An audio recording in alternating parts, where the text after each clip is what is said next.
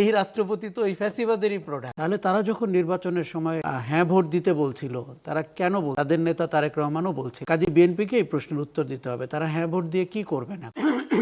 আমি বেশ গলাটা পরিষ্কার করে নিলাম, কেননা নতুন সংসদ অনেক চমক দিচ্ছে এবং আগে আমাদের অভিযোগ ছিল সংসদটি মৃত এবং মৃত ব্যক্তিরা সেখানে বসে আছেন, তারা প্রায় ঘুম থেকে জেগে উঠে জানতে চান যে আমরা বিরোধী দল না সরকারি দল, আমাদেরকে বলে দিন। এখন ঘটনা হয়ে গেছে, আমরা চেয়েছি যে প্রাণবন্ত সংসদ হোক, যুক্তিপূর্ণ মানে বক্তব্য হোক, প্রতিবাদ হোক, সবই হতে পারে, কিন্তু এত অল্প সময়ে এত ঘটনা ঘটছে যে এটি নিয়ে মন্তব্য করতেও আমাদের একটু মানে বেগ পেতে হচ্ছে।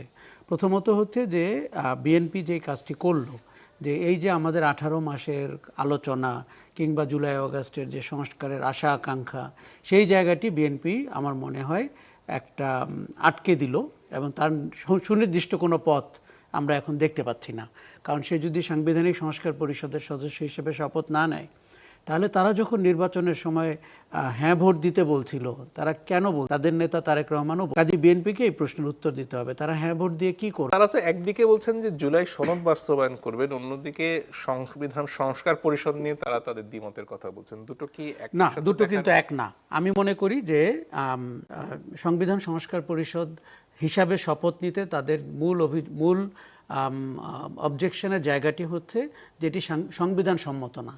হঠাৎ করে বিএনপি সংবিধানের প্রতি অনেক অনুরক্ত হয়ে উঠেছে, জুলাই সনদেও ছিল না, এটি কিন্তু সত্যি। কিন্তু ওই সময়টা আমাদের মনে আছে কিনা যে জুলাই সনদকে বাস্তবায়ন করতে হলে কোন প্রক্রিয়ায় হবে, তার 3-4টি অপশন আইনজীবীরা বা যারা বিশেষজ্ঞ তারা বলেছিলেন। সবচেয়ে ভালো অপশন মনে হয়েছে গণভোট। সেই সময় বিএনপি কিন্তু এটি নিয়ে খুব একটা উচ্চবাচ্য করেনি, কিন্তু এখন তারা বলছে যে যেহেতু ওই পরিষদের কোনো সাংবিধানিক ভিত্তি নাই, অথবা ওই পরিষদের সদস্য হিসেবে তারা শপথ নেবে না, তারা বরঞ্চ সংবিধানকে সংস্কার করে তারপরে এই আমাদের যে জুলাইয়ের সনদ বাস্তবায়ন বা সংস্কারের আশা আকাঙ্ক্ষা সেই জায়গায় যেতে চান। এখন আপনাকে একটা মৌলিক প্রশ্ন করি, যেই প্রতিষ্ঠানের সংস্কার আপনি করবেন, সেই প্রতিষ্ঠানের ভেতরে ঢুকে আপনি কি করে সংস্কার করবেন, কিংবা যেই সংবিধানের সংস্কার আপনি করবেন, সেই সাংবিধানিক পথে ঢুকে আপনি কি করে করবেন। এখন এই জায়গাগুলোর উত্তর বিএনপি আমার ধারণা অনেক সৃজনশীলভাবে উত্তর দিতে পারে, এমসিকিউতে আটকে যাচ্ছে। সৃজনশীলভাবে উত্তর দেওয়া নিশ্চয়ই তাদের, সালাউদ্দিন আহমেদকে আমরা দেখলাম অনেক কথা বলছেন, কিন্তু খুব দ্রুত তাদের একটি যুক্তিপূর্ণ জায়গা তৈরি করতে হবে, যাতে করে আপনি জানেন যে বিএনপির ব্যাপারে শুরু থেকে অভিযোগ বড় দল এবং তারা নিশ্চিত জানতো ক্ষমতায় যাবে, দু একটি ব্যতিক্রম ছাড়া, কাজেই তারা সংস্কারে আগ্রহী না, এরকম একটি পারসেপশন নির্বাচনের আগেও হয়েছে। এখন তো এটি মোটামুটি বাজার পেয়ে যাচ্ছে, কিন্তু বিএনপি মনে হয় আগ্রহী। আমার যতটুকু ধারণা তার একটা মাত্রা আছে, বিএনপি কতটুকু সংস্কারে আগ্রহী ওই মাত্রাটি আমাদের থ্রেশহোল্ডের জায়গাটি ধরতে হবে।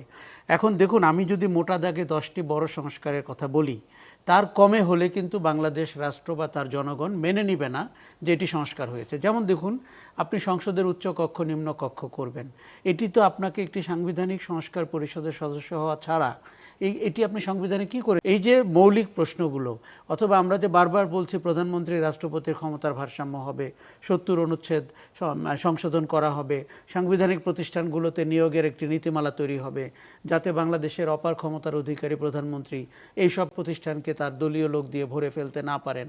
কাজেই এই সংস্কারের জায়গাগুলো বিএনপি একটি সন্তোষজনক সমাধান দিতে হবে।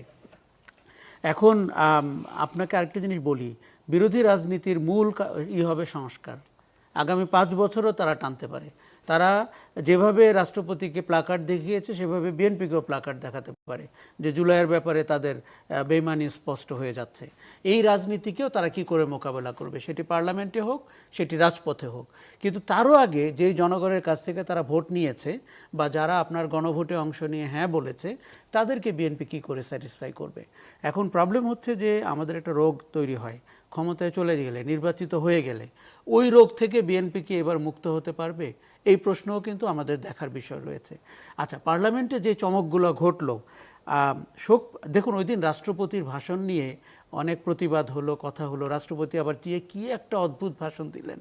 উনি মৌসুমী বাতাসের মতো একজন লোক, ব্যক্তিত্বহীন, নৈতিক অবক্ষয়ের শিকার, এই যে তার ভাষণ, কিন্তু রাষ্ট্রপতিদেরকে আমাদের এর চেয়ে বেশি কিছু করার থাকে না লিখে দাও ভাষণ। তা থাকে না। মন্ত্রিসভা মন্ত্রিপরিষদ থেকে লিখিত দেওয়া হয়, কিন্তু আপনার তো ন্যূনতম মানে আপনার নিজের প্রতি রেসপেক্ট থাকতে হবে।